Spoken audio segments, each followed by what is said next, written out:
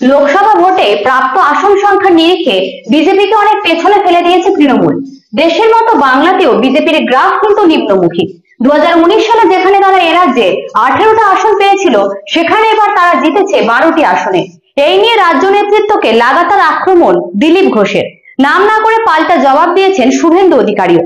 বঙ্গ বিজেপির হার নিয়ে দিলীপ ঘোষ বলেন যে রাজনীতিতে পুরনো লোকেদের ভুললে চলবে না। সংগঠন দুর্বল হয়েছে, কিন্তু সাংগঠনিক বদলের উপরেও মানুষ আস্থা রাখতে পারেনি। নেতৃত্ব প্রতিষ্ঠা করতে হলে অনেক পরিশ্রম করতে হয়। পার্টির নেতা বানানো যায়, কিন্তু জনগণের নেতা বানানো যায় না। দলেরই একাংশকে নিশানা করে ফের বিস্ফোরক মন্তব্য দিলীপ ঘোষের। এদিকে পাল্টা দিয়েছেন শুভেন্দু অধিকারীও। এ রাজ্যের বিরোধী দলনেতা শুভেন্দু অধিকারী বলেন যে ডায়মন্ড হারবার কেশপুর মডেলে ছাপ্পার পরও 2,35,00,000 ভোট পাওয়া বিরাট ব্যাপার। যারা এখন বড় বড় জ্ঞান দিচ্ছেন তারা অতীত জানেন না। আগের থেকে বিজেপির অবস্থা এখন অনেক ভালো। তখন আইপ্যাক ছিল না, লক্ষ্মীর ভান্ডারও ছিল না।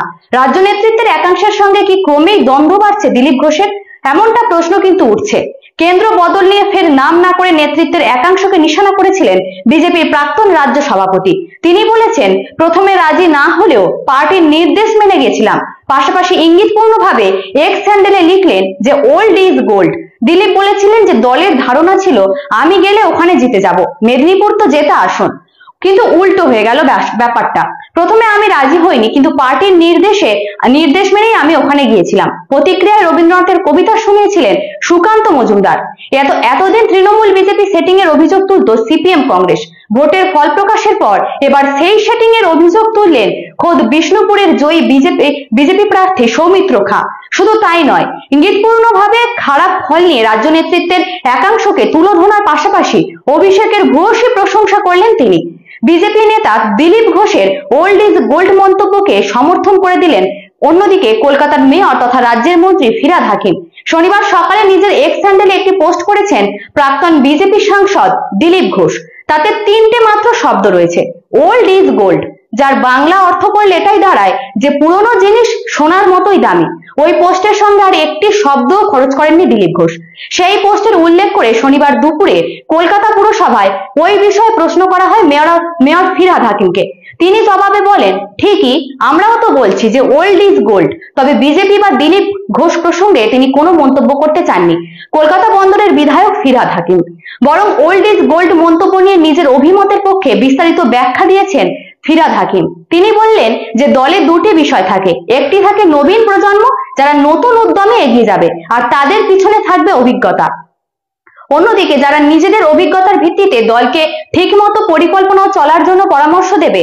কারণ আন্দোলন করে উঠে এলেই অভিজ্ঞতা হয়, সেই অভিজ্ঞতার নিরিখে নতুন প্রজন্মকে দিক নির্ণয় করে দিলে তারা আবার নতুন আন্দোলনে নামতে পারে। তাই ওল্ড ইজ গোল্ড একথা একেবারে মেনে নিলেন ফিরহাদ হাকিম। একথা রাজ্য রাজনীতিতে সুবিদিত যে শাসক তৃণমূলের অন্দরে ফিরহাদ সহ তৃণমূলের আদি নেতারা পুরনোপন্থী, আর তৃণমূলের সর্বভারতীয় সাধারণ সম্পাদক অভিষেক বন্দ্যোপাধ্যায় নতুন প্রজন্মের নেতা। মাঝে মধ্যেই তৃণমূলে পুরনো বনাম নতুন যে দ্বন্দ্বের কথা তা কিন্তু প্রায় শোনা যায়। সেই লড়াইয়ে ফিরহাদ এবং অভিষেক দুই আলাদা শিবিরের নেতা। লোকসভা নির্বাচনের কয়েক মাস আগে এই দ্বন্দ্ব চরমে উঠেছিল, তা প্রকাশও পেয়েছিল। তবে দুই নেতাই মুখ্যমন্ত্রী মমতা বন্দ্যোপাধ্যায়কে তাদের নেত্রী হিসাবে মেনে লোকসভা ভোটে লড়াই করেছেন। ফিরহাদ এবং যে মুখ্যমন্ত্রীর উপরেই আস্থাশীল তা তিনি নিজের ওল্ড ইজ গোল্ড মন্তব্যের ব্যাখ্যায় উল্লেখ করেছেন।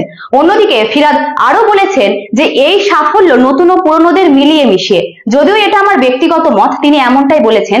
পাশাপাশি তিনি বলেছেন যে মুখ্যমন্ত্রী বলেছেন এটা তৃণমূল পরিবারের জয়, নিশ্চিতভাবে আমরা সকলেই মমতা বন্দ্যোপাধ্যায়ের সঙ্গে আছি। ফিরহাদ আরো বলেন যে মমতা বন্দ্যোপাধ্যায়ের উপর রাজ্যের মানুষ সম্পূর্ণ আস্থাশীল, আর অভিষেক যেভাবে রাজ্যের এক প্রান্ত থেকে অন্য প্রান্তে দৌড়ে গিয়ে পরিশ্রম করেছে সে কথাও বলতে হবে। এভাবেই সাফল্য এসেছে, আমরা সকলেই তাদের অর্থাৎ নতুনদের সঙ্গে আছি। কিন্তু এসব কিছুর মূলে মমতা বন্দ্যোপাধ্যায়, তিনি এমনটাই স্বীকার করেছেন।